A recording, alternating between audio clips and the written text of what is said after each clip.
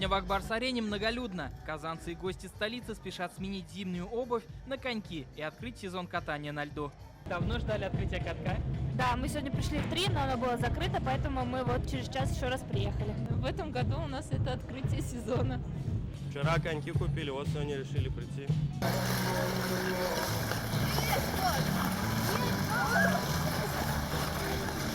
На катке детей встречали герои российских мультфильмов Чебурашка, Крокодил Гена и Кот Матроскин. Несмотря на холод, лед не пустует.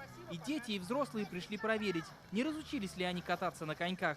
Сегодня заработал открытый каток около Акбарс-арены. Здесь есть некоторые зверушки, они такие прикольные, можно с ними пообщаться даже.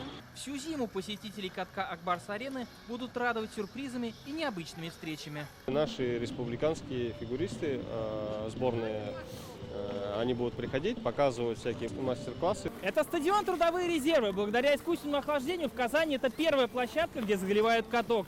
Здесь посетители встали на лед уже с середины ноября. Здесь тоже многолюдно. Гости грелись горячим чаем, играми и танцами. Нам здесь очень нравится. Здесь очень классный лед, и поэтому мы вот сюда пришлем. Большое, людей много, весело. Познакомились с другими людьми из других там университетов, тоже узнали друг друга. Я из Дагестана, вообще там редко снег падает. Я впервые покатался, было много раз падал, да. Ну, надеюсь, это мне поможет набраться опыта. Друзья поддерживают? Да, конечно, помогали, сопровождали постоянно. Также сегодня открылся каток на стадионе «Ракета». Скоро ледовые площадки заработают по всей Казани.